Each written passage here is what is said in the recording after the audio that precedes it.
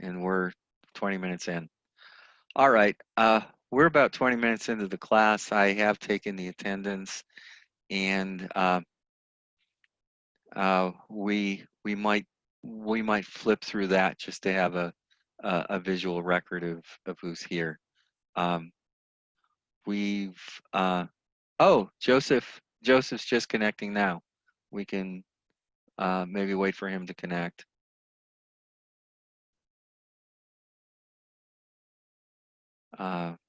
And mark him in. Okay, Joseph's here. We can go share the attendance screen. So Joseph's here. Just saw you add in. Joseph, are you on a laptop or a phone? Do you have a laptop? You can either speak or write in the chat window.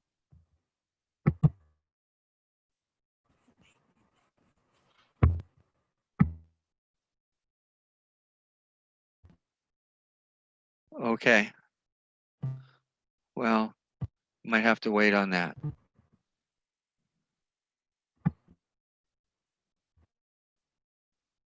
Okay. We'll stop the share. All right, back to this. All right. As I was saying before, trying to get to the Zanzibar is difficult. For some time, Samantha's newly connecting. Okay. We'll go back and check that list again, and see if we're there.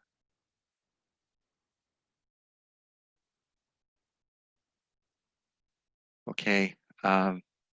Let's go, and I'll show you the.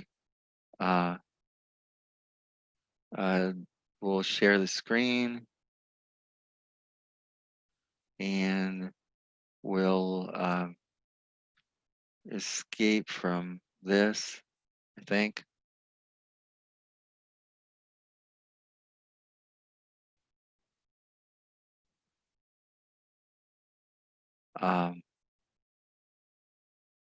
It's not letting me escape.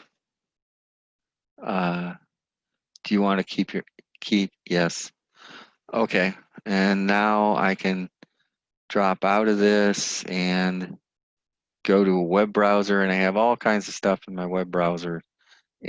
But I do have Oglala Lakota College, and if you go to the OLC site, which most of you have gotten to, and it's relatively easy to see, it's olc.edu. So that's about the easiest thing to remember. Under services, there's Zanzibar, and there's virtual campus. This is how we get to Moodle. You'll click up virtual campus, and this will load for you. You are not logged in. Well, you have to log in, but my computer remembers my password for me. And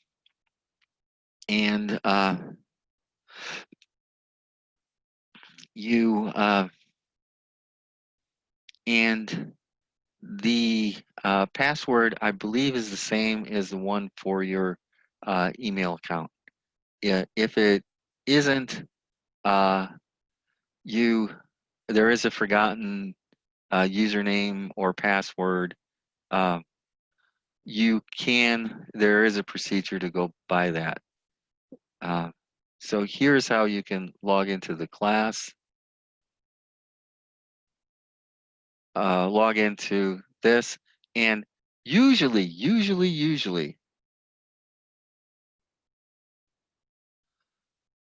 under this left column here, which you can make go away this way or make show up by clicking that little box of lines in the corner, you can get to your class. However, you might, I noticed this earlier while talking with one student. There's this thing called dashboard. And for me, if I go to dashboard, it will, it has a bit of courses that I'm related to. So here, stats for social sciences, this one, FL20, might be what I'm looking for. So we'll just see. So that's one thing to try. And yes, it does. It says Matejcik. Okay, so that's my last name. It is not Lakota, as you may have guessed. It's Slovak. So that's one way to get um, the course information. And there's some overview stuff, which is kind of long. It's got the textbook name and a companion website and some announcements and some suggestions for the classes.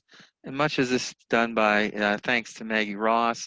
There's what we've done last week, and as of recently, it has a Zoom recording, and you can click on this or click on that and use the same passcode, and then you can watch last week's class if you haven't yet watched it. And I have the weekly PowerPoint and then the marked up PowerPoint. So I save the PowerPoint, and in its marked up state, I put it up. So you can see the notes. So that's how to get to the Moodle, and much of the class work will be there. And then there's this week's stuff too. And I'm not a very experienced Moodle user. This is the first time for me also. So some of the stuff hidden from students you won't see, and I might want to switch role to student. So this is a little closer to what you'll see.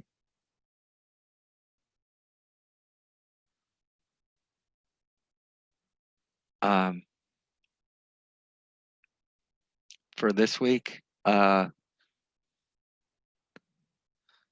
exercise problems, a quiz, and a link. A link for it's the same link throughout the class, but I tossed it in. This PowerPoint is here. It may be that you like to write on the PowerPoint to take notes or print them out. I don't know if I would recommend that, but it is a way for a student to see how things are going. So let's see, can I return to normal role? And that's my normal role. So that's one way to get to the class and things that are in it. We can go back to the home page, and let's say I switch to student.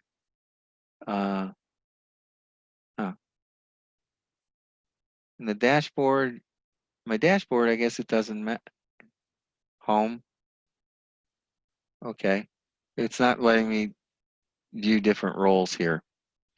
We tried the dashboard. It's still this. However, there's yet another way. If the dashboard doesn't work the way it did for me, for you, and I don't have the ability to sort of log into your accounts and see how things are done. However, I do have these various roles, and it is profile grades, messages. I guess I can log all the way out and start again, and log back in, see if things changed. Okay, it's logged in, logged out.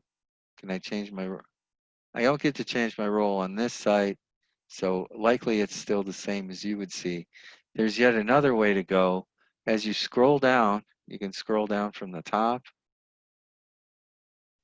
You'll see this page called courses, and it begins a listing of all the courses at the school, which is a fairly long list. However, they're actually organized by department or similar. In some ways, some of the stuff might be, so we can collapse the department codes. Well, that's real helpful, huh? It's a shorter list. This class is in the Humanities Social Sciences department.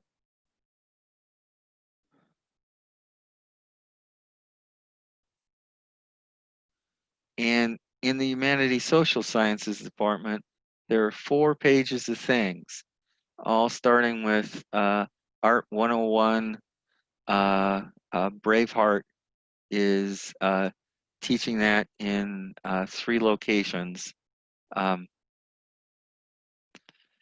And wow, so many people teaching drawing 1. How many? That's curious. 5 sections of drawing 1.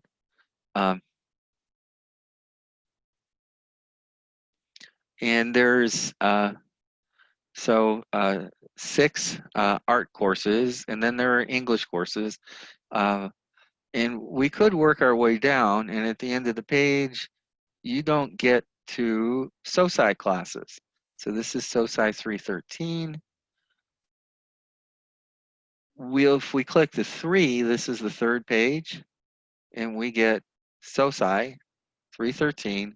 We work our way all the way to the bottom, and we see Maggie Ross has got 4 sections of Psych 103, so she's all psyched out. So she's not teaching one of these. So statistics for social science is here, and there it is. We're back, and we can now check on the homework for both weeks, and I guess I should change my role to switch role to student.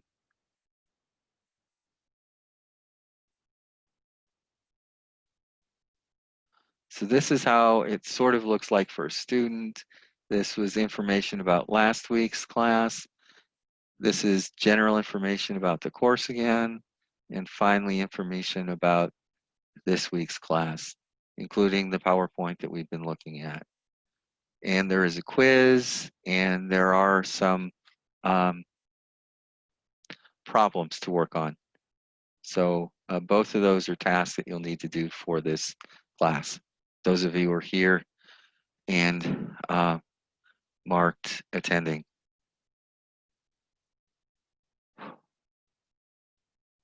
Right. So stop share, see if some people are still around. Brittany, Joseph, Samantha.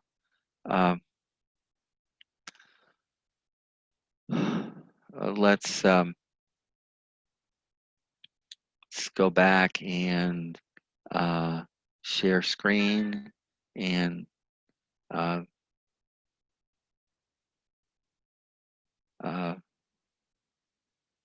Brittany, Joseph, and Samantha. Okay. Share. We'll share the screen, and we then can go to the PowerPoint. Joseph is there.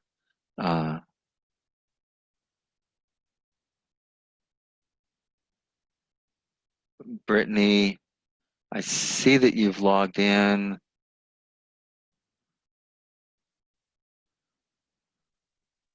Yes, I'm here. Okay, are you on a laptop or a phone? Well, I'm still at work right now, so I'm on my phone, but once I get off work here at 6, I'll switch to my laptop. Okay. Okay.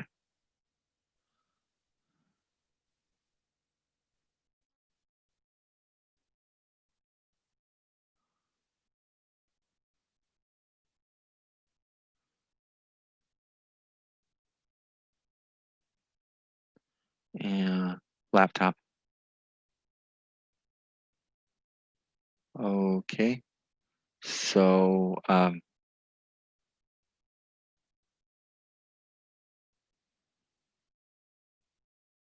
Samantha. Okay, Samantha. Samantha, we already checked. So can we go up?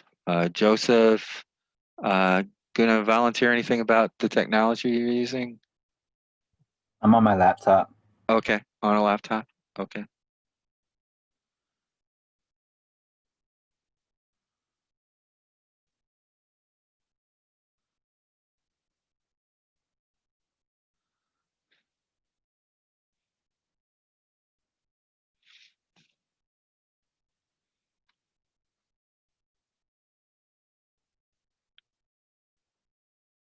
Okay.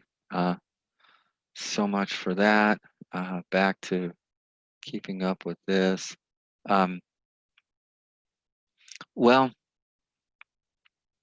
we can go look at Genzabar and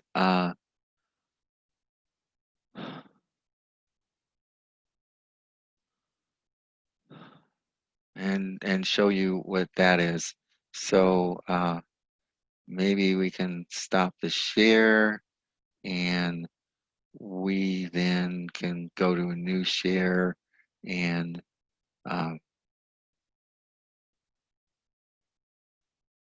this was the website. However, we started out and maybe and go and return to normal role and maybe I can log myself out and maybe being I've got uh,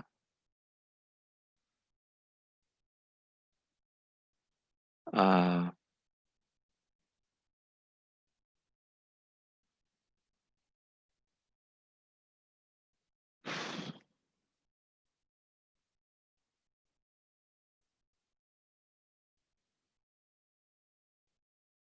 yeah, it doesn't give me such a big long list. I was thinking I could get all the way back.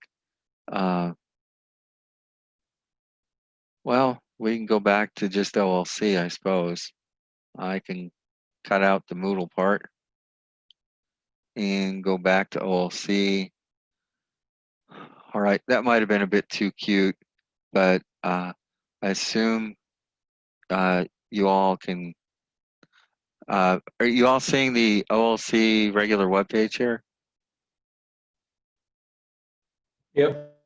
Okay, okay, that's good.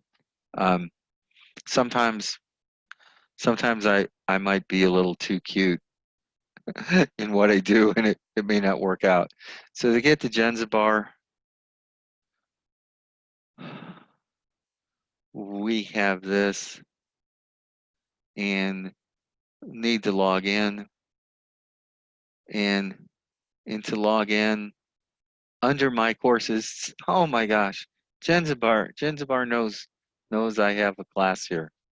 You probably have more classes than me, but here it is. You can go to Genzabar and go to the class, and I stripped out a lot of stuff. Okay, there were assignments and links and all kinds of things. It was remnant from last time, so I don't know what's around. So nothing in the syllabus. The overview, uh, not very much. Just sort of a general thing. And oh my, uh, how is this? Uh, the homework is up here. However, I don't know what this actually links to.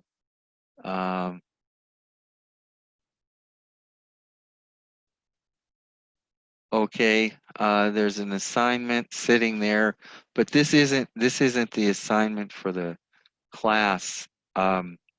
It's up there and it's there by mistake, and because I haven't cleaned it up like I should. So I need to go back and edit this. I have cleaned up. This is a remnant from last spring, although it has all of your names here, and maybe some that have dropped the class. It's also where I do the attendance, and you can check the attendance. And is there a student view? Welcome back. Oh, there it is. What does it look like to students? Change view. Coursework general, whole term. So there's nothing, should be nothing there for you. If you were to click roster, we can see the names of the other students in the class. If you would like. News and announcements, I don't have anything there. Resources, I haven't put anything there. Discussion forum,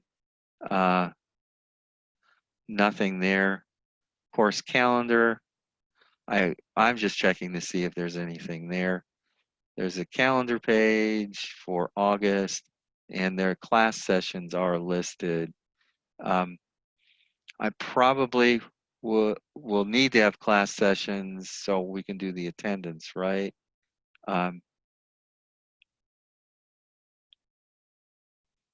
And no chats have been set up.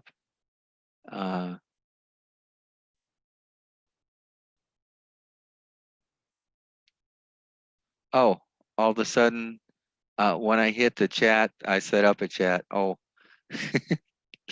there's a grade book, and no grades are up yet for the class. So that's it. Would maybe try to get the grade book to work in here. And course information. What is it? Just some description of the class in general.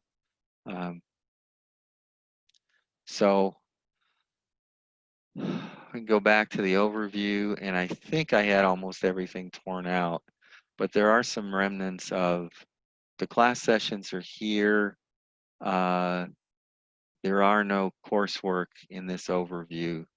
So at least if I go back to my regular view as a faculty, it has some things that maybe they're hidden already that I might need to adjust. But the student view, I've got all the stuff cleaned up. Some of the other stuff was available, but we'll see.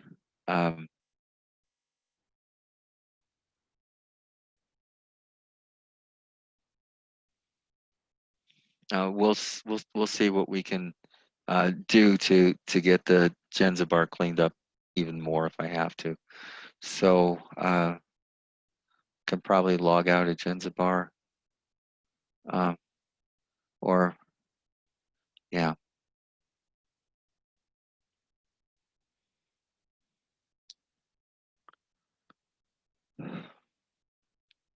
And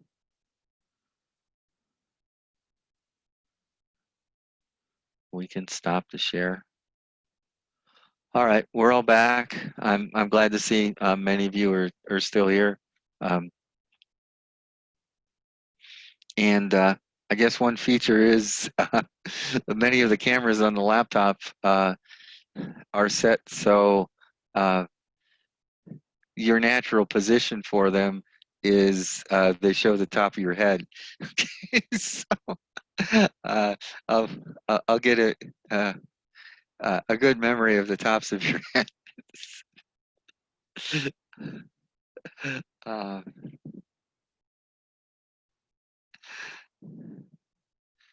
so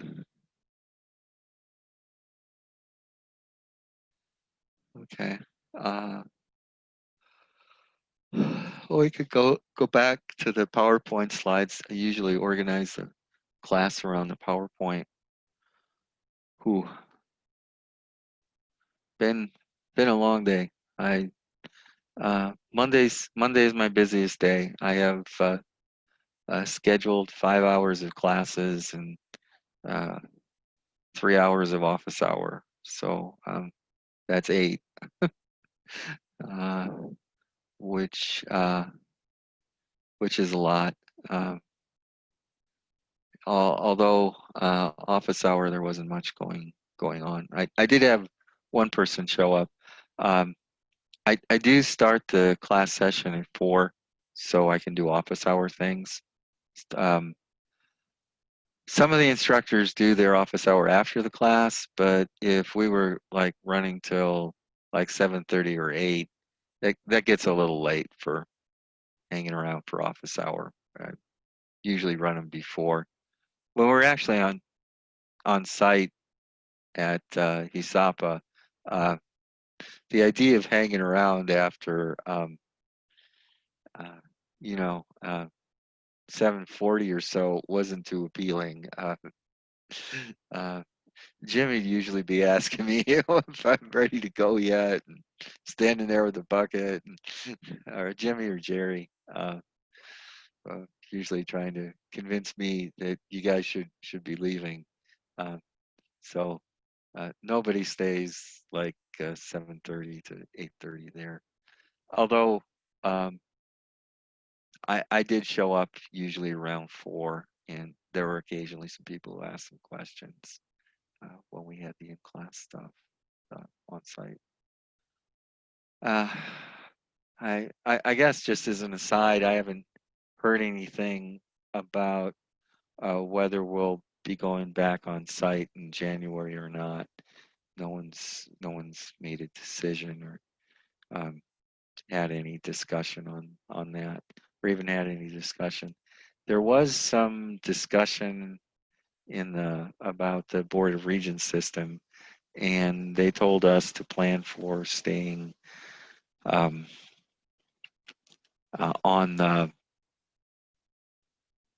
the distancing format, where most of the classes there in the Board of Regents system are set up of what's called a hybrid mode. You don't show up for your class every day of the week, just some days of the week, and the rest of the time you log in via Zoom. And that was the way it's usually set up. So you've got like half a Zoom class and the other half you're on site, which gets a little awkward. Um, this is easier to do. Uh, uh, yeah, it's much easier to do. I guess the other thing is at least at He Sapa, some of you might not be regular He Sapa students, but there was a lot of use of common areas, that sort of um, a common room for um, where the refrigerator and the counter and the coffee pot were. Almost everybody was going in there a couple of times during the evening. Uh, we and they would usually have some kind of snacks available. Uh, I guess with this distance stuff, we'll get less exercise, but we may snack less too. Although I found myself finding some ways to snack this afternoon, sort of getting creative on stuff. Uh, all right, we can maybe go back to the PowerPoint, and There we are. Let's share that. Okay, attendance. Okay, most of you have probably seen the attendance in Genzabar, assignments and overview. How to get to new assignments. Yeah, the new assignments are on that list in the main area in the Moodle virtual campus, and the PowerPoint slides are there. We're wondering if we can actually do this with do the classes with these computers. Historically, people have done classes just over a radio. So you listen at home to a radio and you take a class. And of course you do some stuff by mail too. But well, probably think having a computer screen and something like Zoom is a big step up from a radio at least.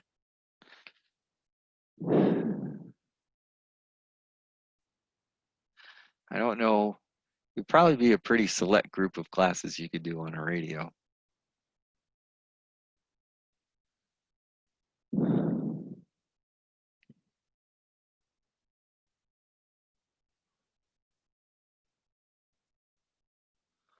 Okay, straightforward statistics. The name of the book and the author, and chapter 2, summarizing or organizing data.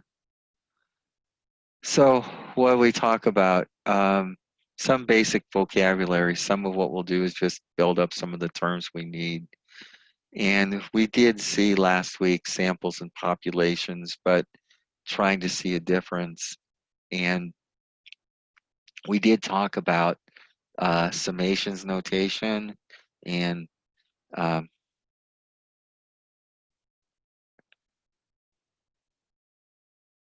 where's the pen? Summations. This letter, this is sigma, it means summation. And I did tell you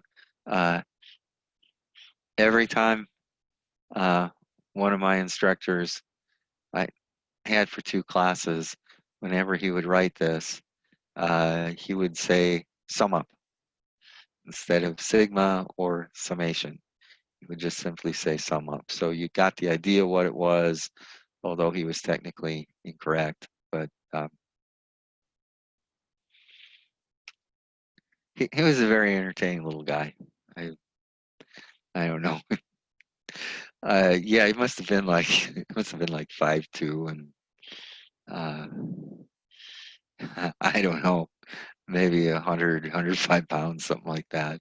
Just a little Chinese guy, kind of active in class. Different scales of measurement come with distinct mathematical attributes. So we can talk about the mathematical attributes of the scales of measurement. And we get scales of measurement last week. I think we did. So a little more repetition on this stuff.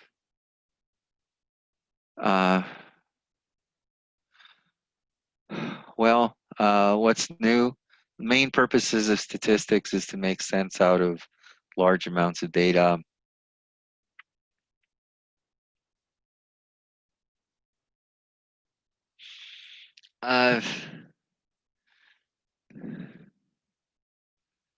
Fair enough.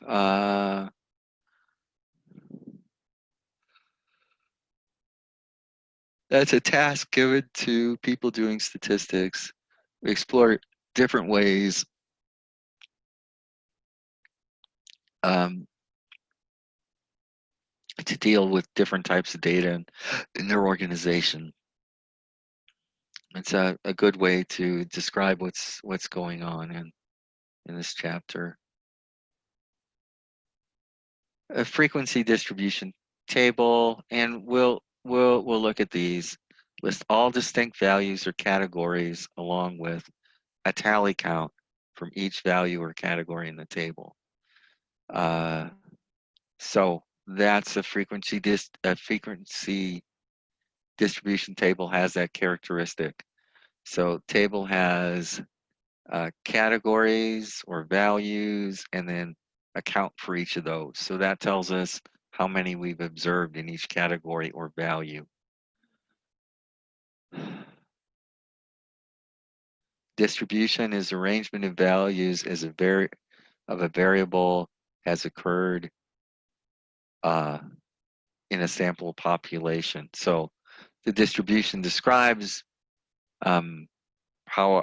which way, how many of each value we're going to see. We have both categorical and numerical values can be organized in frequency distribution tables. So we can do things by category, or we can do things with numerical values and still use these frequency distribution tables. And don't know exactly what you guys see. It was suggested that I grab another device and put and log in. I tried that one time, and I couldn't get the volume shut off, so I was hearing myself speak, and that wasn't so cool from my perspective.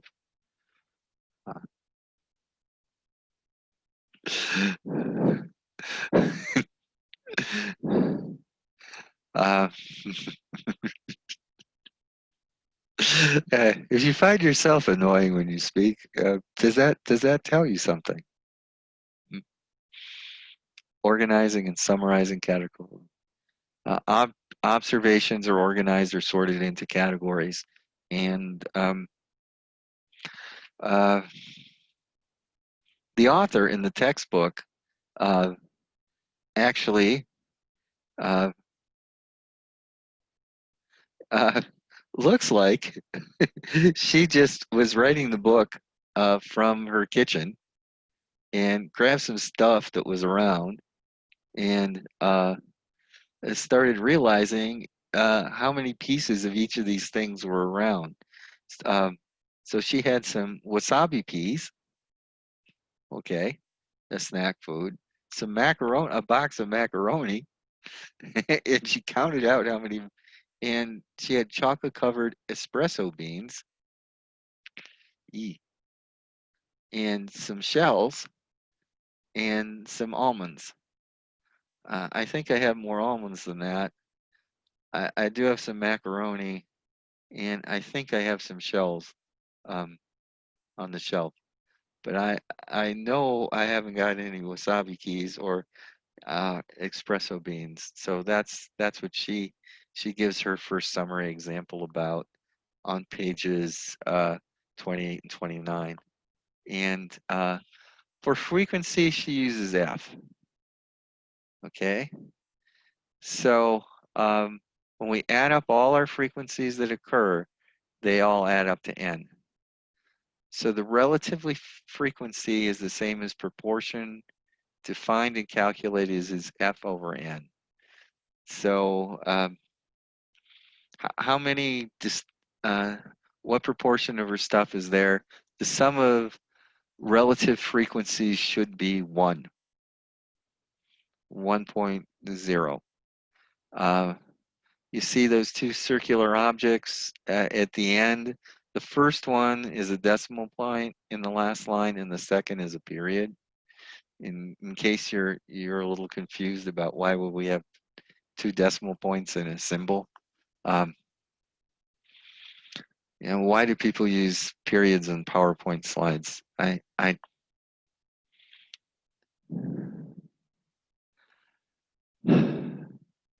Yeah, I don't teach PowerPoint slides.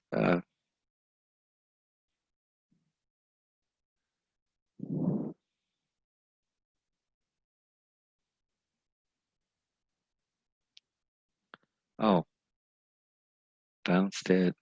So what is the first page? So this is what a frequency table looks like. And,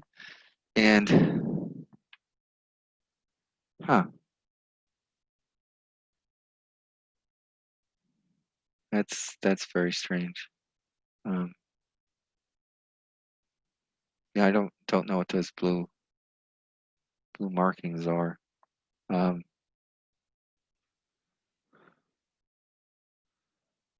Okay.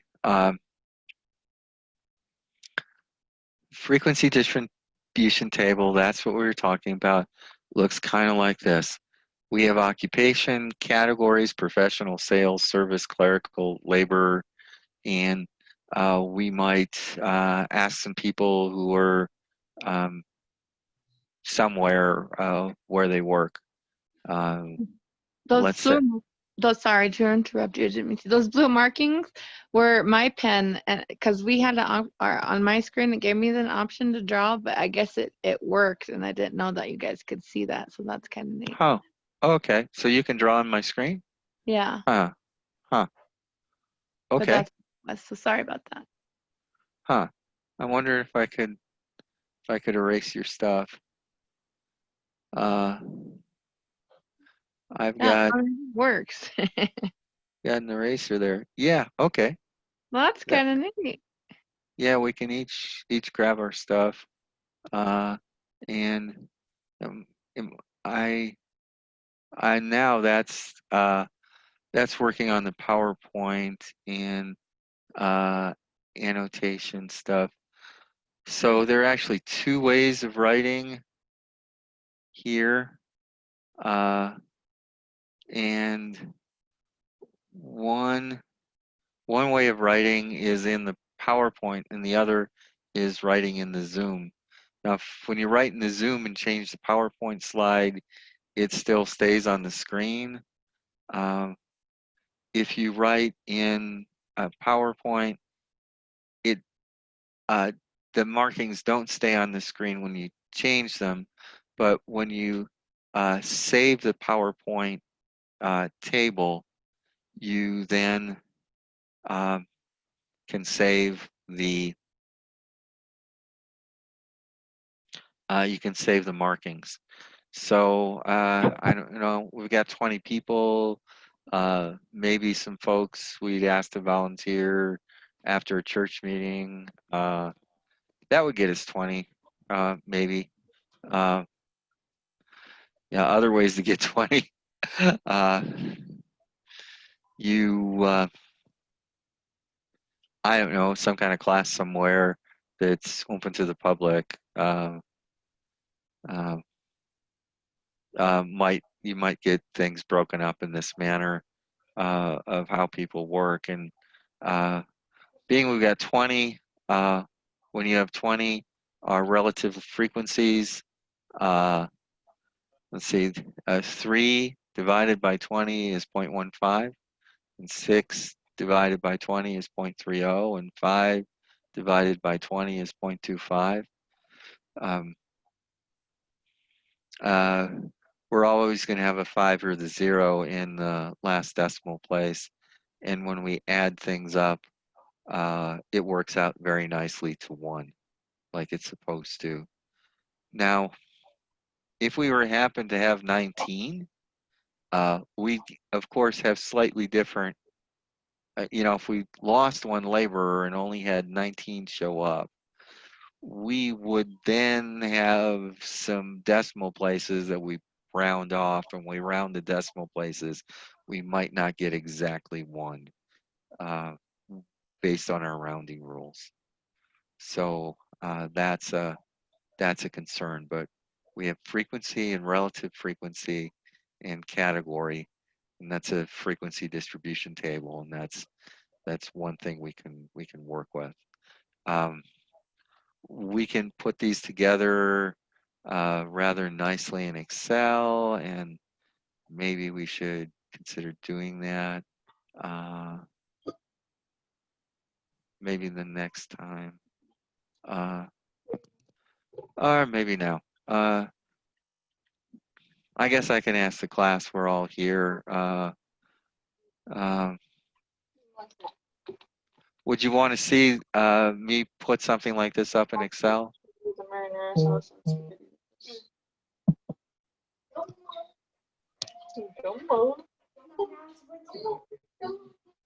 Okay, I didn't hear much reaction to that.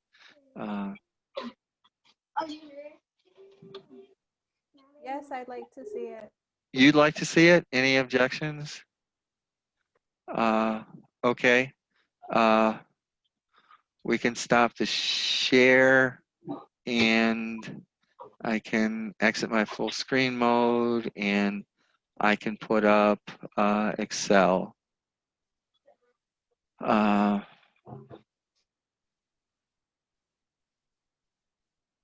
up Excel, and there's Excel, and worksheets, and what do I got on the PowerPoint? I can maybe escape that. Yes. And now I can play around with the PowerPoint and the Excel next to each other. And we'll just enter professional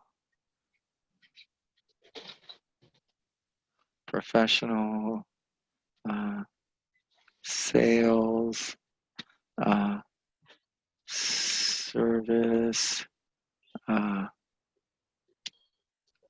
clerical,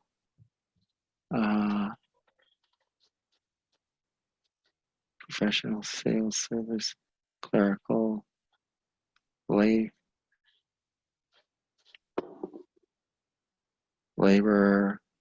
and total.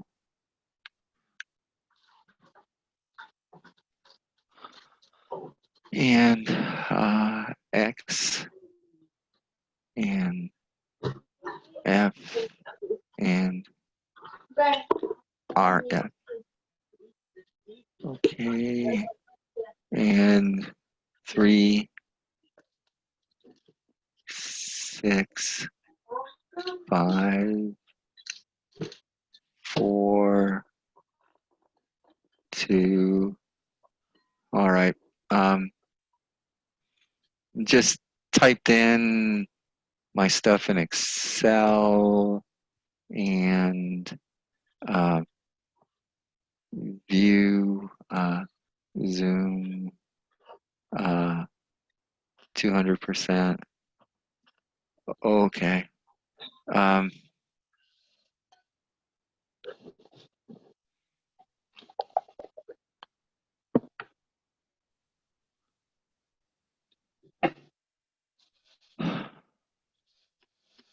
Let's see.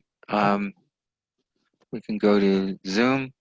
So I was just playing around with Excel, and you were watching me while I was and talking. I entered part of the table, just the raw data portions of it, and I'll clean that up. So we'll, okay, share screen, we'll shell Excel. So if you go to, I used Excel, and if you go into the view section, okay, if you go to view and you zoom in to 200%, you'll get these somewhat larger characters, and we do that for on screen.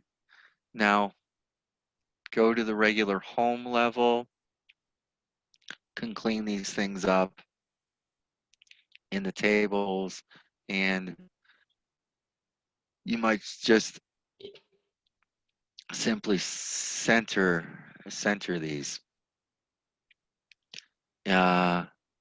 And you might want to center these also.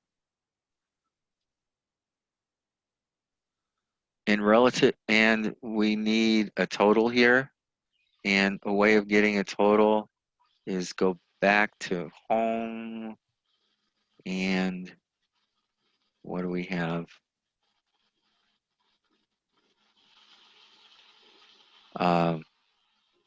We have something called, we can go to this square and we can get auto sum and sum. And if you hit the auto sum and sum, or you could actually type this in this manner, or type the word sum equals sum And get this, it sums up your entire range with this command. So that gets us our 20, and we didn't center that, so we could center it for niceness. All right, that's how we get that. Our relative frequency is this command equals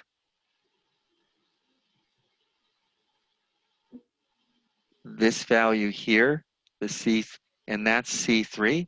You can tell it's C3 because it's in column C and row 3. And then we divide it by the 20 value. We divide it, and a slash is a divide in Excel. And the 20 is C8. But when we drag this down, we want to anchor the 8th level, the 8th row. So we put a $sign by it. So that gives us the calculation we had before. And maybe for all of these, we want to center them also so we have a pretty table. Now, with this formula here, if we were to go type on that formula, we'll see C3 is the blue divided by C8, and we have an anchor cell there.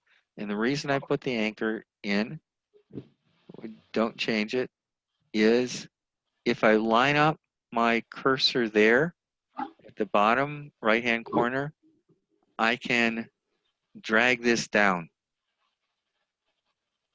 And I don't need to retype the other commands. So this should be the same table we had in the textbook.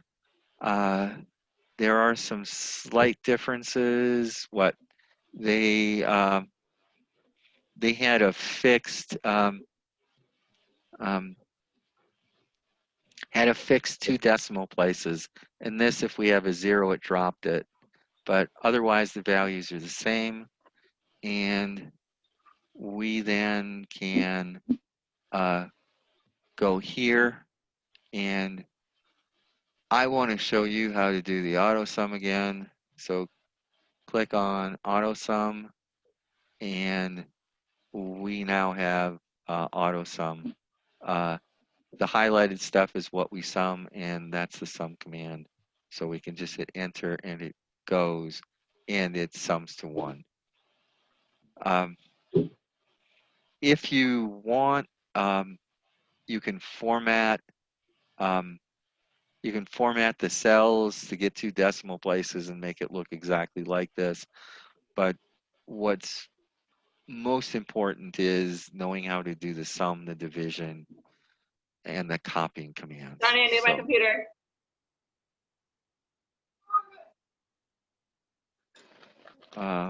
Okay. Does somebody want to see anything else with that slide? Something I should go off, or should I go back? Can you do another one? You want another set of data? Yeah. Okay, I was talking about what would happen if I lost one of my laborers. The whole thing switches, okay? We get 19, and we get all these decimal places there. So that's another short one. Backspace, enter, and that's what's in the book.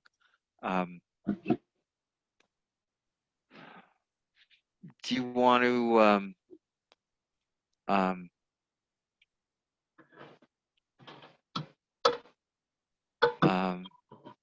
we could just make up some stuff. We could have a name and points.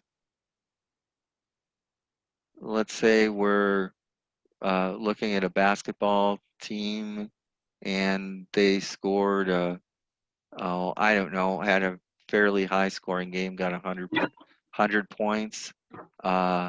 And we'll say each. Jane, maybe. Who else? Tony.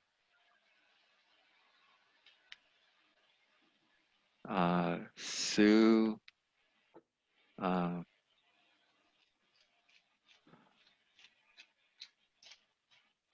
Tawny.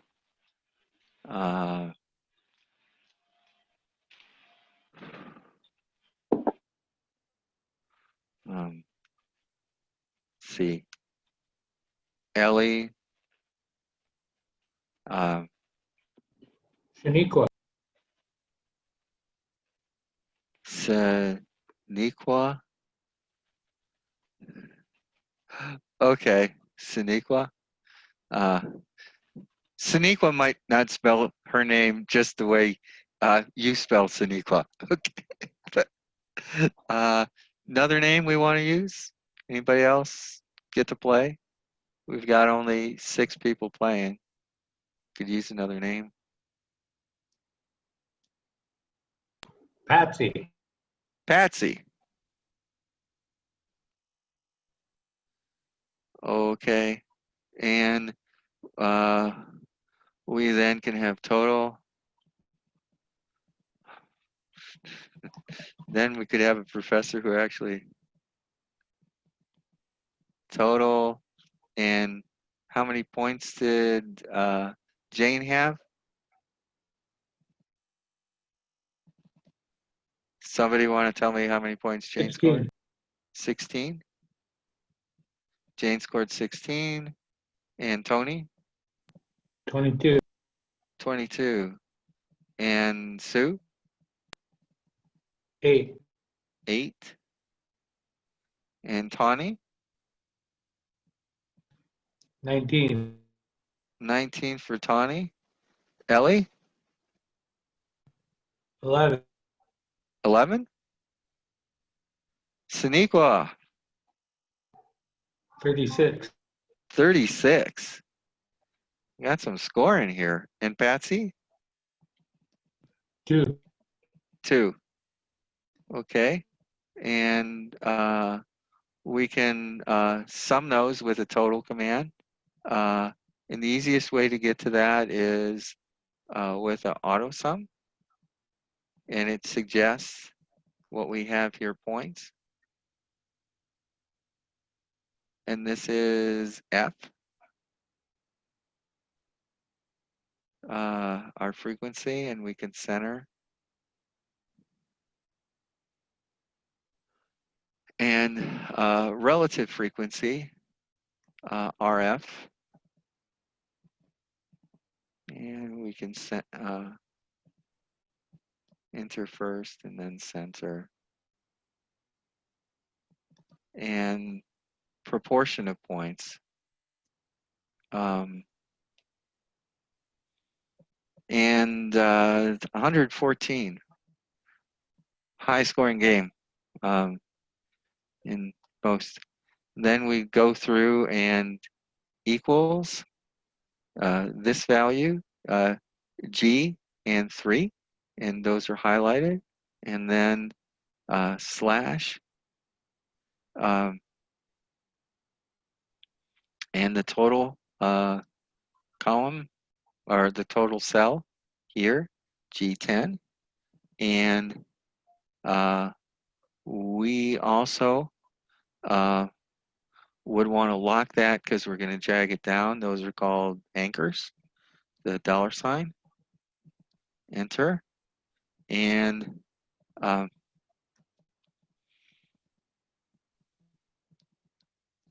so then this is now the proportion of points scored by Jane. And that's 114. And is 0.14 or 14% of the points. And given we have what, 7 players, that's just about the fair share, right? That's about 1/7. and we can drag that corner down and get the relative amounts. And so Patsy scored less than 2% when she had 2 points out of 114, and we can get the total the same way. Auto sum, and it highlights this. We could type these directly, we can type the words directly, and Excel has a lot of ways to help you, at least now. And it works out to 1. What have you done over here? All right. It's been here for a long time. Okay, so we looked over that auto sum table and stop the share and okay. Go back and maybe we can share PowerPoint, share screen, PowerPoint.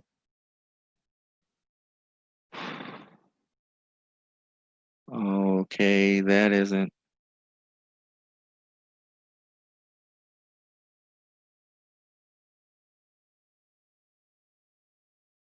Full screen. All right. Well, we built this, we talked it through, and we built it, and we can go to the current slide. All right, so we've talked this through quite a bit, so now can build those and have some experiences with Excel.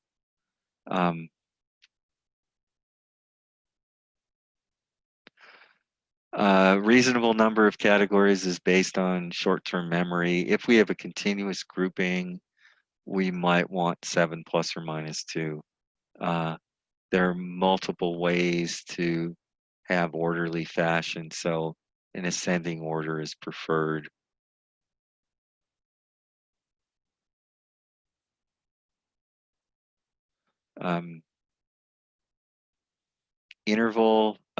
Equal interval frequency tables. Sometimes if we have, instead of names or professions, we may have continuous there. So some of that we might consider like age groups, people in their 20s or 30s or 40s or 50s or 60s or their teens. You know, sometimes you'll go through a class and you'll have one of every group from a few teens up to I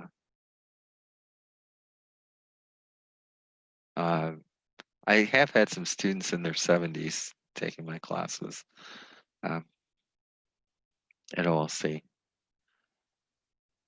And then other times I was the oldest person in the room at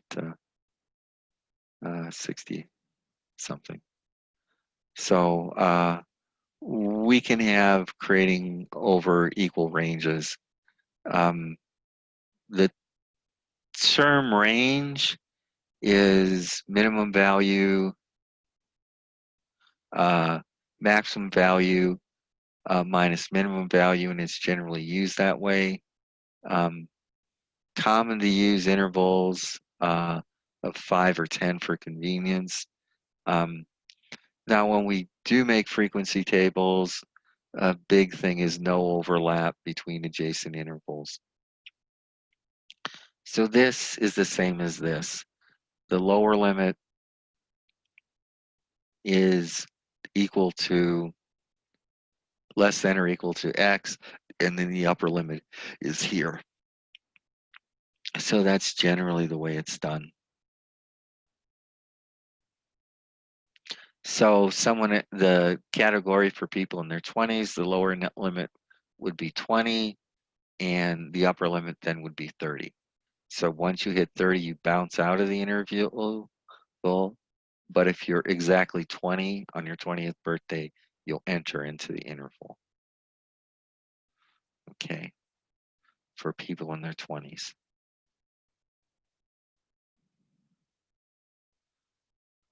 Lower and upper limits, precise measures of continuous variables are difficult to obtain. Okay. My daughter's run into a couple people who were born on the same day she was, and you ask who's older, and it's like you have to go get the birth certificate and make the adjustment, and turns out you have to adjust for the time zone because they're born in different time zones, so it would be difficult to obtain, and quite honestly, you might actually when it comes to a birth, realize that you don't know maybe what portion of the person's, what counts as, the birth actually being completed down to the continuous point. And do the observers, when they put the time of birth, take care of the mother and child first, and then maybe 40 seconds later go look at a clock, or maybe even a minute later, and then make the notation down to the nearest minute. I haven't observed a birth in like 27 years, so I don't know what the common practice is now.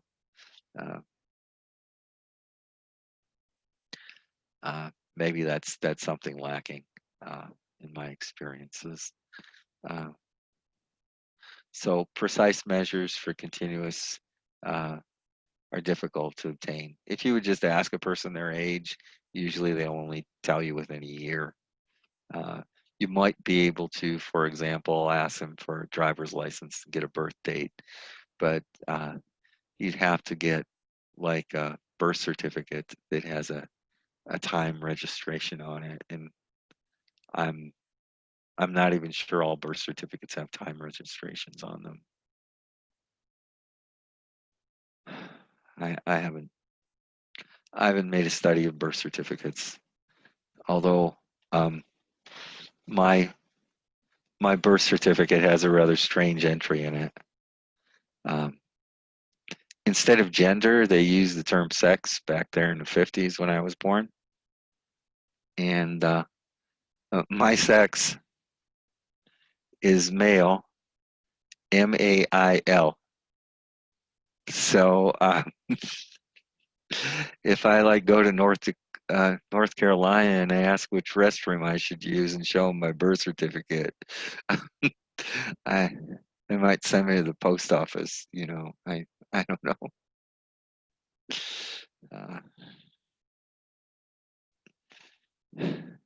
Okay. Sometimes people ask for actual birth certificates. Yeah. Real limits cover a range of possible values that may be reflected by a continuous variable. So the lower limit might be negative 1/2 of the unit, and the upper limit plus 1/2 of the unit. So upper and lower limits.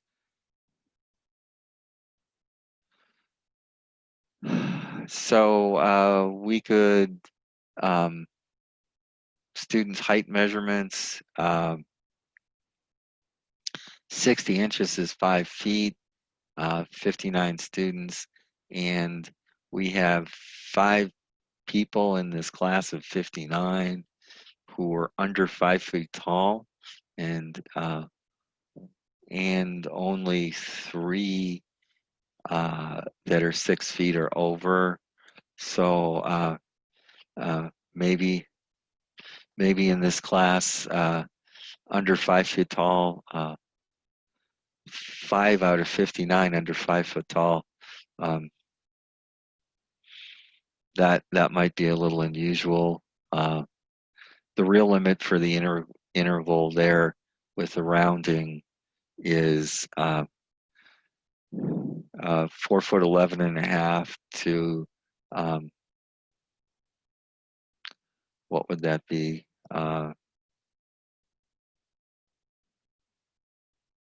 4'8.5" there.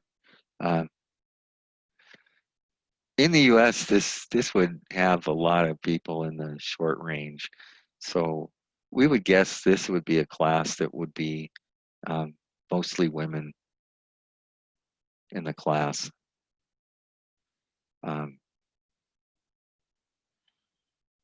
So and maybe with an ethnicity, largely with an ethnicity that where people are short, like Asians. So that if they were, you know, adult students, I think the book might actually say what class this is.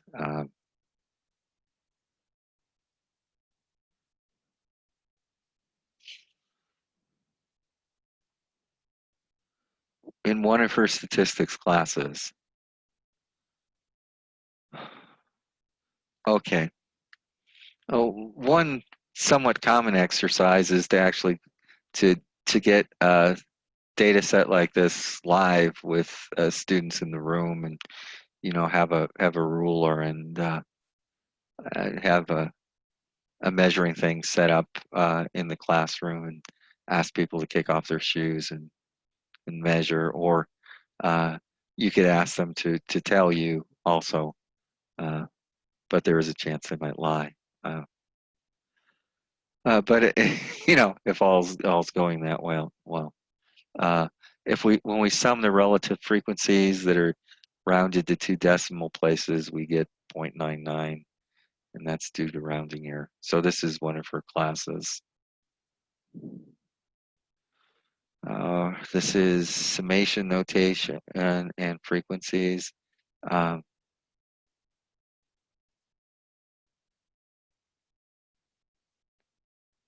So summation notation means adding up all the values.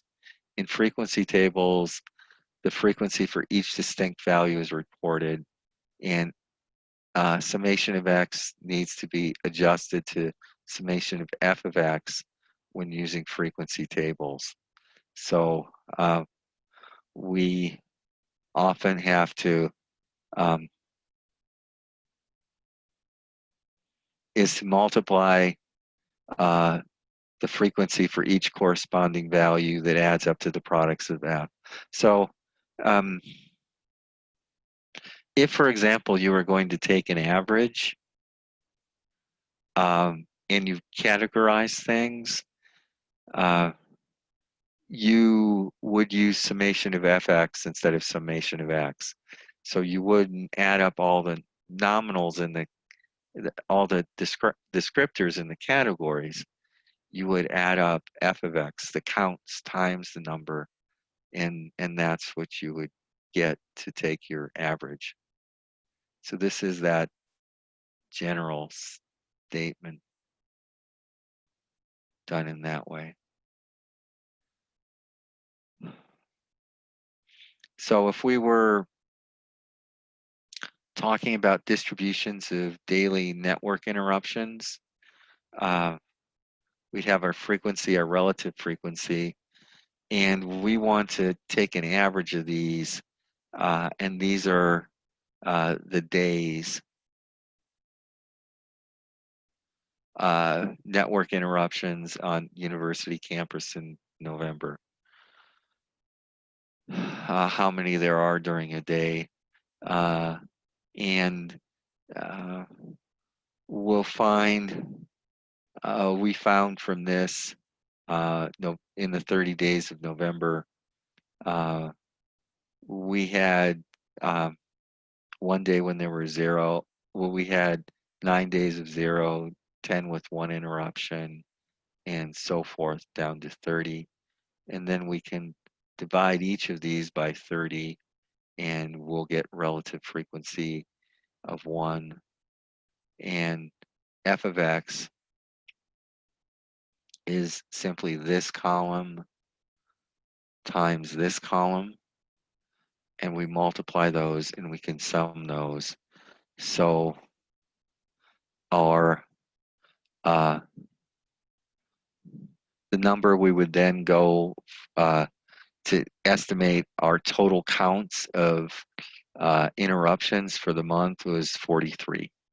Okay, so if so how many interruptions we had over the whole month was 43. So it's the sum of the x's, fx's. So if we wanted to know how many we had with this table here, we wouldn't count the frequencies. We would have to multiply the x's times f of x to give us our total number of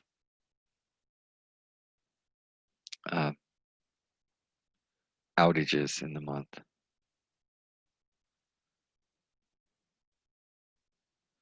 Now, sometimes if we were going to, for example, take all the people in class and lie them on the ground, foot to head, and run them all along the sidewalk to see what the total height of the class is. With our intervals, we could get an estimate of that this way. We could take the midpoint of the category of the height and then do f times x midpoint. So the midpoint, high value plus low value divided by 2. And then we could get at least a reasonable estimate of that overall height of the whole class standing foot on each other's head, foot to head, which you generally don't get people to do, is stand on each other's heads and measure it. Yeah. Okay. So yeah, this is what we did. We get the midnight score interval and frequency. So this might be to get the total number of points scored on the exam would be this way. If we had, one person in the 40s, 3 in the 50s, 4 in the 60s, 6 in the 70s, 8 in the 80s, and 3 in the 90s. And nobody gets 100 on my exam. We have midpoints for each of these, upper and lower limits, and we could go 1 times x, and then we'll get the total number of points scored by the class, an estimate. Although nobody got half a point, but we have this estimate there of making use of the endpoints with equal intervals. And this sounds like it might be something that actually happened in an exam. We can use bar graphs to do discrete data very easily. Our network outages, we can put on a bar graph this way, and that's very useful, corresponding. So it gives you a picture and lets you know that the number of interruptions in a day, commonly around 10, but it can trail off and be more sometimes.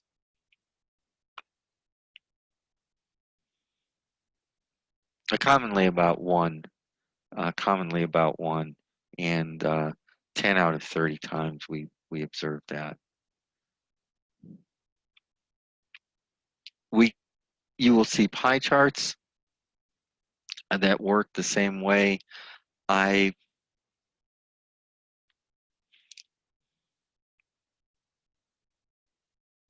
don't often teach pie charts, but they're used in summary data and they're included in the textbook. So this is a a categorical graph, and this is our other data that we'd work through.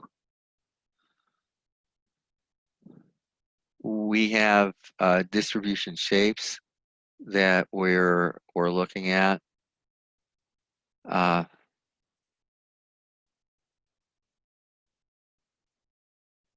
And the distribution refers to the number of times a value occurs in a sample or population.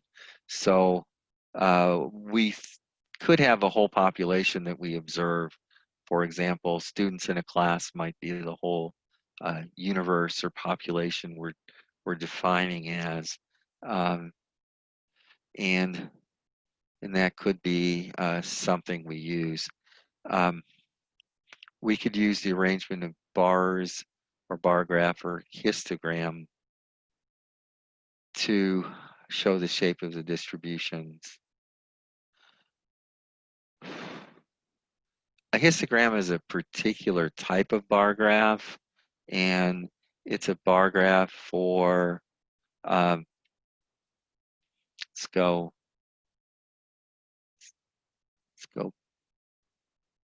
back.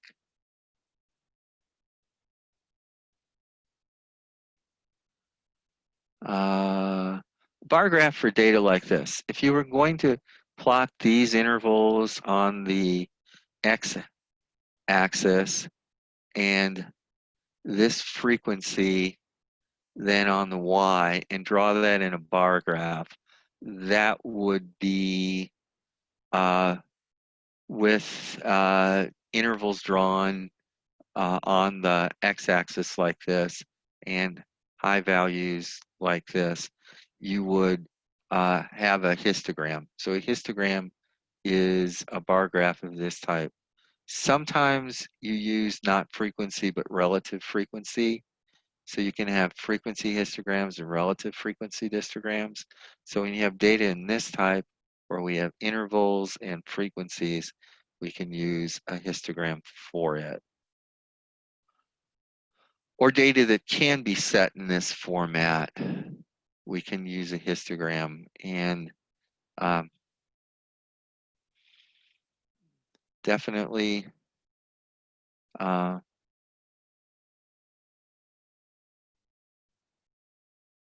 so uniform distribution, sometimes for a whole population. Common shapes include uniform, normal distribution, and skewed distribution. So this is, if we had a fair die and we threw it, so uniform value, same or similar frequency, distribution, or probability. So we have a fair die, and there are a number of dots, 6, and the relative frequency is 1/6 on the fair die. Okay, so a 6-sided cubic die. You can make dies in other shapes too, and there are some games that have those kinds of things.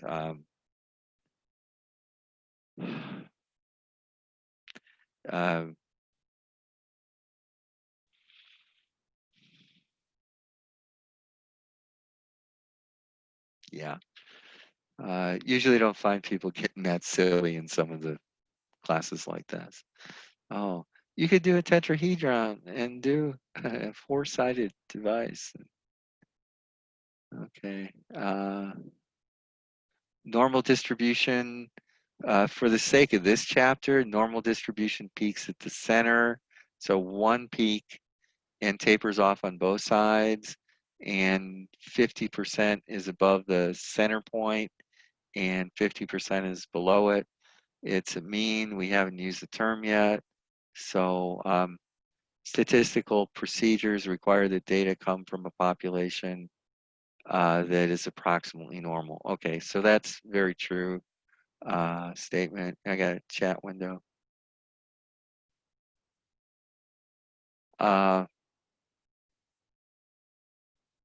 Okay, I've got a chat window here, and there are 2 people with, okay. Had 1 student show up late. Um, have 2 people with the same first name. So in the chat window, there was a message from someone and they gave just their first name. And there were 2 people with that first name in the class. So it would be helpful. Victoria Phelps. Victoria Phelps. Okay. All right. We can maybe go back and look. No, it's fine. Okay. I guess I can get that later. So many statistical procedures, things are designed with a normal distribution. So it's helpful to teach that now. Mention. So this is what is approximately normal. The probability of getting a number of heads from 100 coin tosses. So now you can do this in various ways. There are some formulas that you can use to calculate this and then plot it. But this looks approximately normal, and there's when you add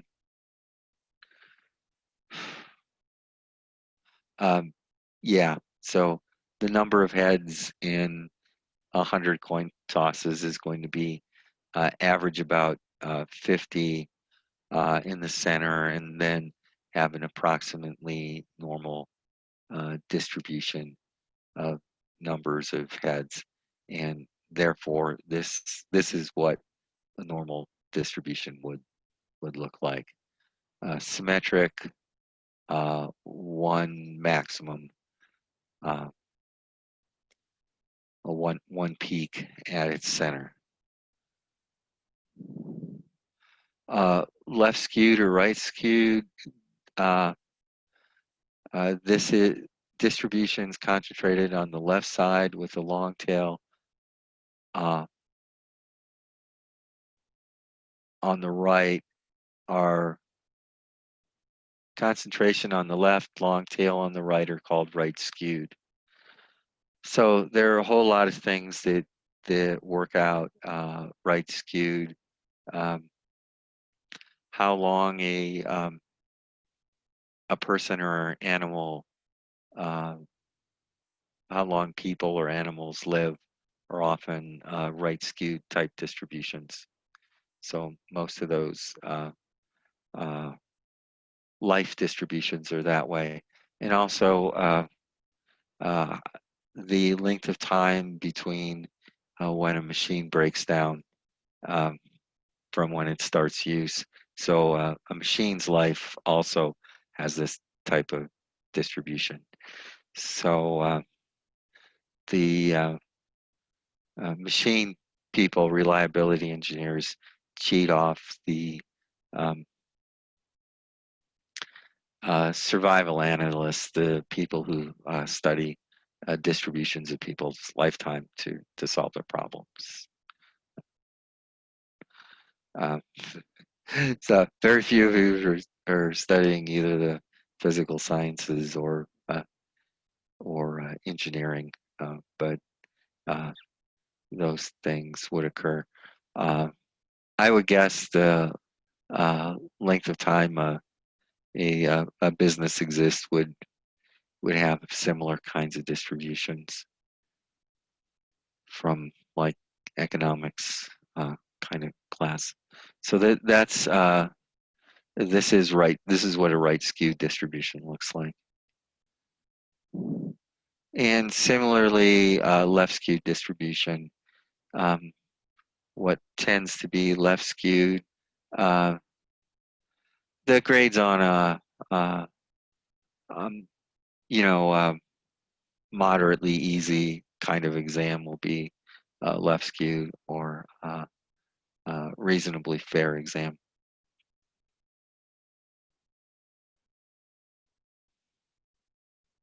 So left skewed or negatively skewed. And that's all I have for slides at the moment that they gave me, so I can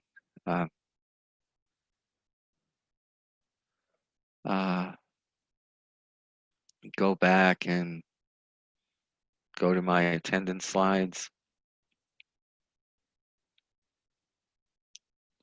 And from current slide, and go back, go to my pen, and we can mark Victoria Phelps there. And are you on a laptop, Victoria? No, I'm on my phone. You're on a phone? Do you have a laptop? Yes, I do. Okay. I just prefer it to be on a phone. I'm actually riding in a vehicle right now. Okay. Someone else is driving? Yes. Okay. All right. On a phone, has a laptop. Okay.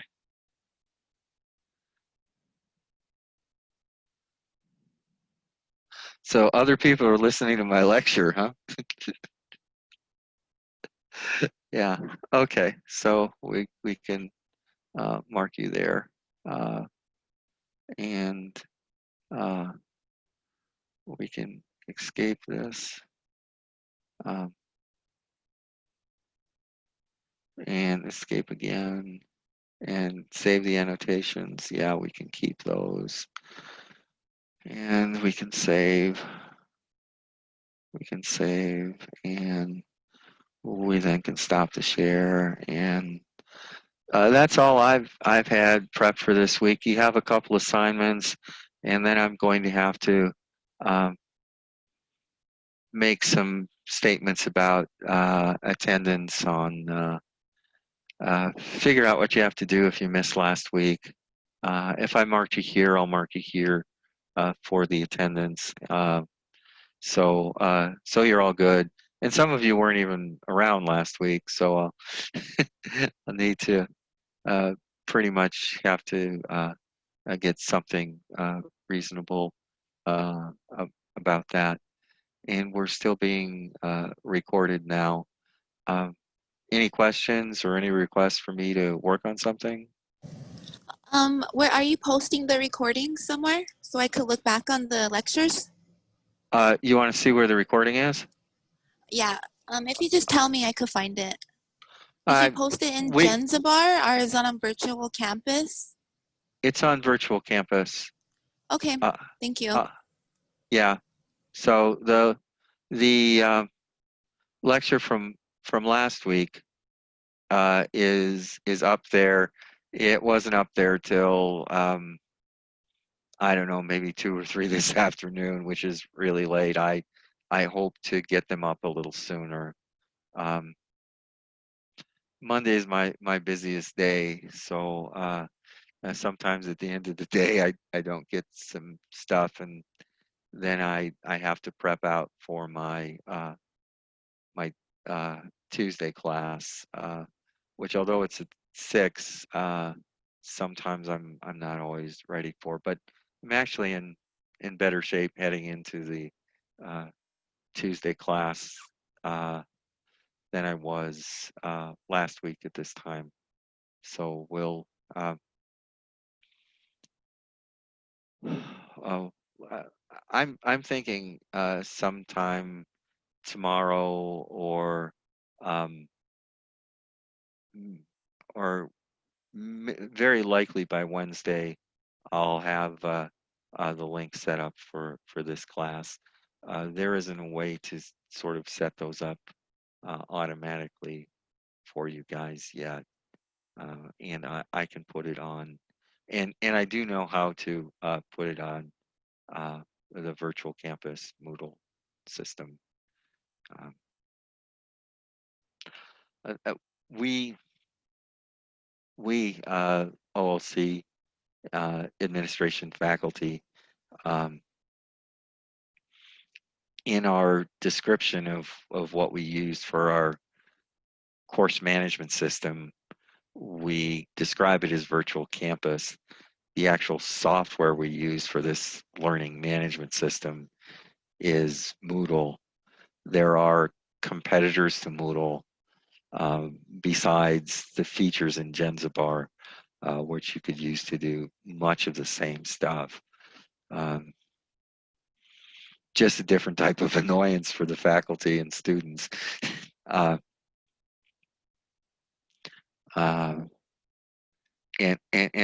there are a number of those.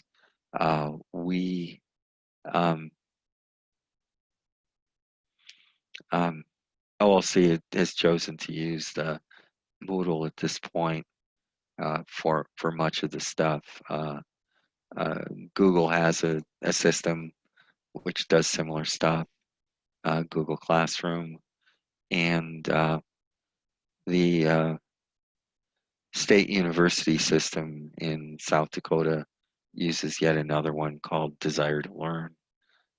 So if you're taking classes both at OLC and the School of Mines, which a number of students do, you'll have to work in two different systems, and they actually look quite a bit different in how they're laid out.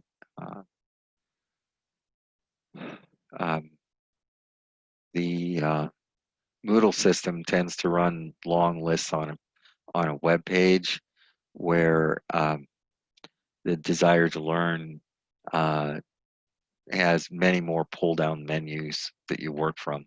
So you're looking at pull-down menus all the time.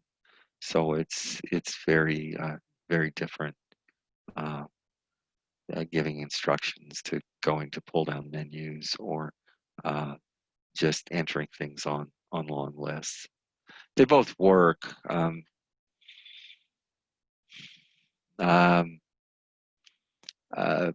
I don't think anyone has sorted out what's preferable for more students or how that all goes. So anything else for me? I have a question about the homework. Mm-hmm. It was page 18, 19, 20, and 21. In the textbook, yeah. Yeah, so two of the questions are just like you have to just type them out. So did you want us to just type them out on Excel? Let's look at page 18 and 19. It's been a while. Because the answers are all given, basically. And then I'm not sure about the 2 and 3. Like I did it out on a piece of paper, and Yeah. then I did like I followed along with that video that's on your page. Uh-huh. Moodle, where it does this programming X, Y, and Excel, and what is it? The Sigma XY. Uh-huh. Figure 1.3. Figure 1. Okay. 1.3, 1.4, and 1.5. Like I did all of that on an Excel sheet. Right. And yeah, I know that's I did that on one sheet, but I'm not sure how I'm supposed to do 2 and 3 either, or even 1, because you just like the answers are in written form. You know what I mean? Like it's not a. Should I write Okay. a Word document? I don't know. You can actually write in an Excel sheet. Okay, so just write the answers on there and. Yeah, that's easiest. Okay. And then name the sheet in the workbook. Problem 1, problem 2, problem 3. So it gets easier for me to look at that way. You can use Excel as an organization tool. So yeah, that's what I was. So what's the workbook? What do you mean, like? Okay. All right. I have no experience with Excel. I'm just following your videos that you post and what's in the book. Okay.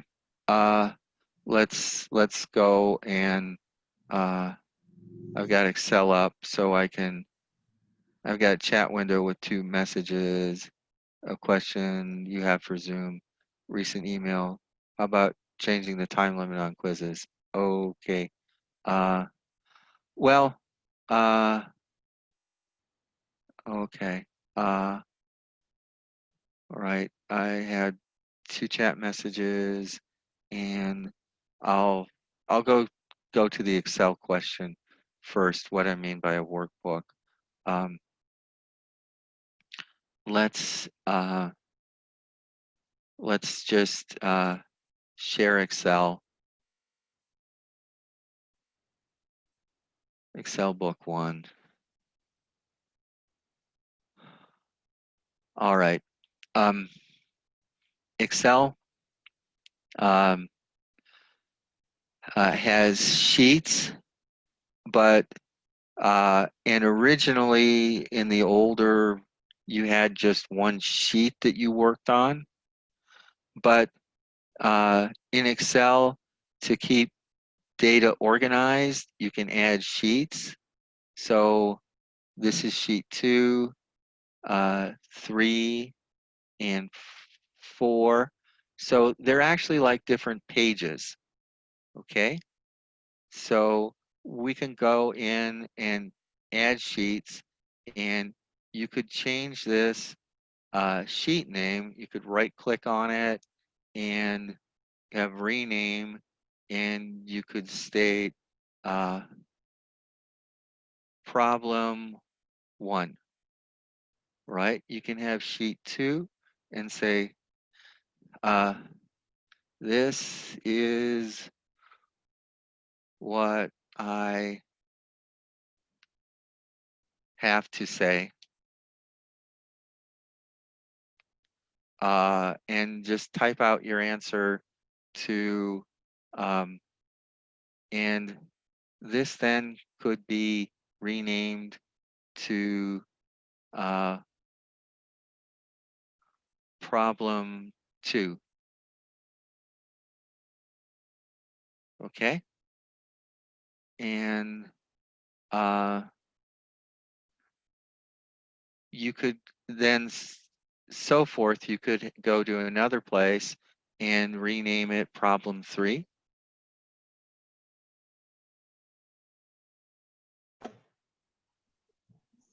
Okay, so I'll do that for problem 1 and 2, but 3 is like a, it's like a whole problem. 3. 3 and Uh, 4. Well, 4 uh, is the whole Excel sheet that, was on the video that I just, yeah, so it's an Excel sheet. Yeah. okay, so, but what is 3 and 4 kind of the same thing, the same Excel sheet? 4.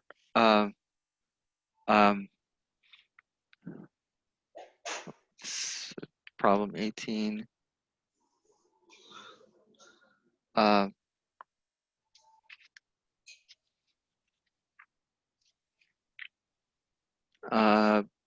Problem 3, equations either by substitution. I choose substitution, insert it. Therefore, there the solve those 2 equations. Yeah, the way those are written with the particular methods, it looks like you could just type out the answer to problem 3 on a sheet.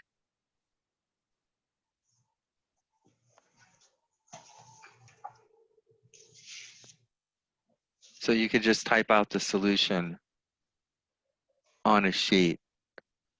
Okay, like what X equals and what Y equals? Yeah, you start with the first 2 equations and do the manipulations you need to get them to work. Okay. And then the last one is that whole Excel sheet that I followed from the video, and it's on page 20 and 21, right? Yeah. Okay. All right. Thank you. Okay. So that's what I was hoping for on that. As there's another question that was raised on the quizzes. You're only given 5 minutes to do the quizzes. Well, you get a second try to do the quiz. So you get 2 chances of 5 minutes to do the 5-minute quiz. So those are basically definition things, and you can preview the general subject matter of the quiz. So you could go and have some of the definitions understood beforehand. So the 5-minute time limit is what Margaret Ross recommended, who did these things. So I'll at least leave that for the first week to see if things work out. Okay, so Okay, thank you.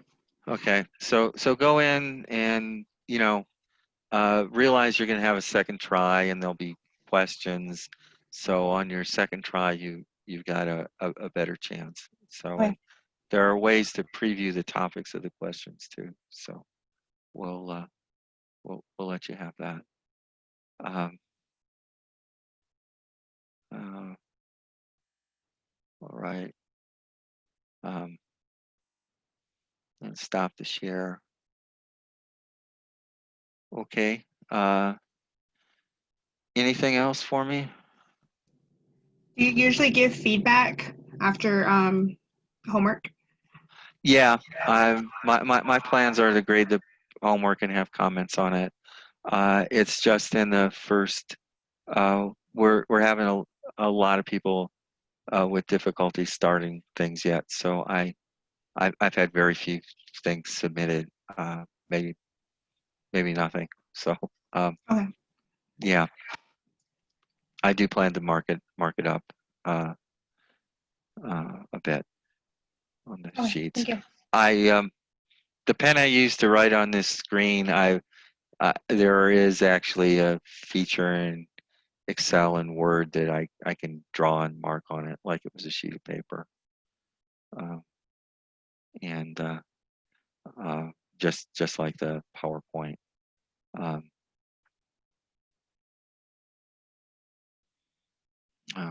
Okay. So is that it? Can let you guys get to your dinner or whatever, and we'll probably have. I'm anticipating getting the uh, link to this recording up. If not today or tomorrow, sometime on Wednesday at the latest. My Wednesday afternoon is kind of open. Hopefully we can get things caught up a bit.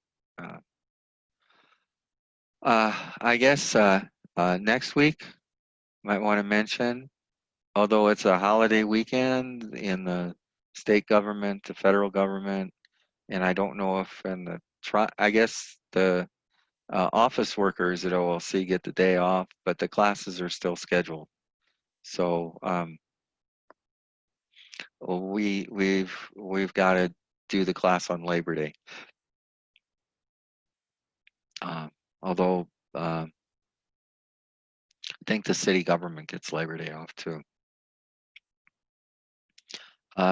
State university system this year doesn't do holidays until Thanksgiving in the fall. It's one way of discouraging people from traveling and spreading coronavirus. So thinking on that.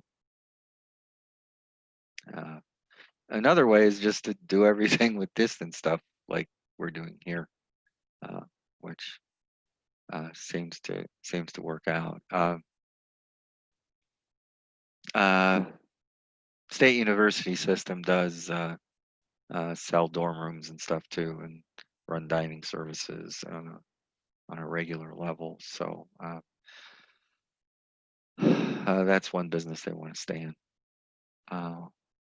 Okay, so are we? Let's see. Are we done? Okay, getting a bunch of nodding.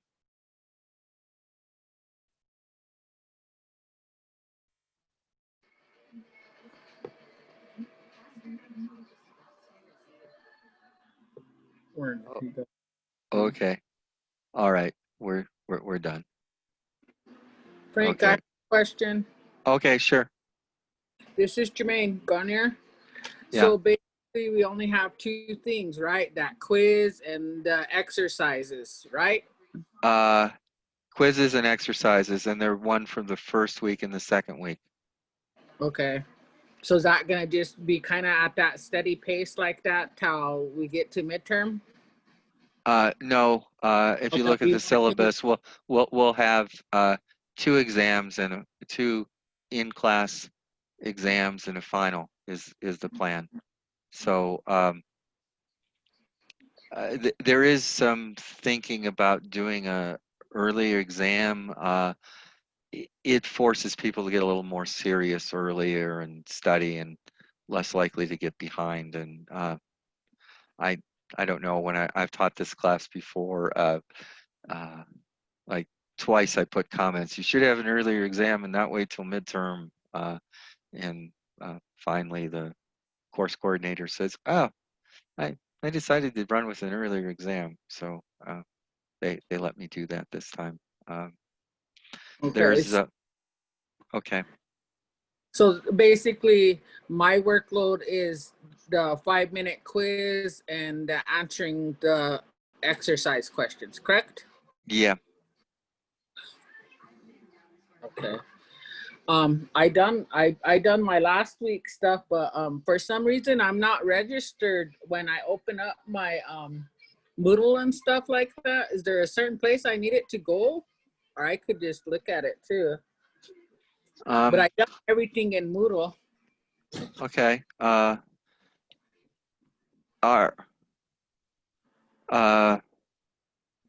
I mean is, did you find the class in Moodle? yeah, and what I mean by is over on the side where my dashboard is and all of that, I have my other classes that I'm registered for, but every time that I want to get into your class, I have to go to the main page and access it through there. Is there a shortcut that I'm missing there? I don't think so. I don't have it either on mine. Oh, okay. All right, so I'm not missing nothing. Okay. Right. We still have to go through the long way. I might have to ask about if I'm doing something wrong. It could well be, or they missed us in setting things up to put it on your pages. Okay. Okay. All right then. So I will thank you and see you next week. Okay. All right. Stop the recording and call it done.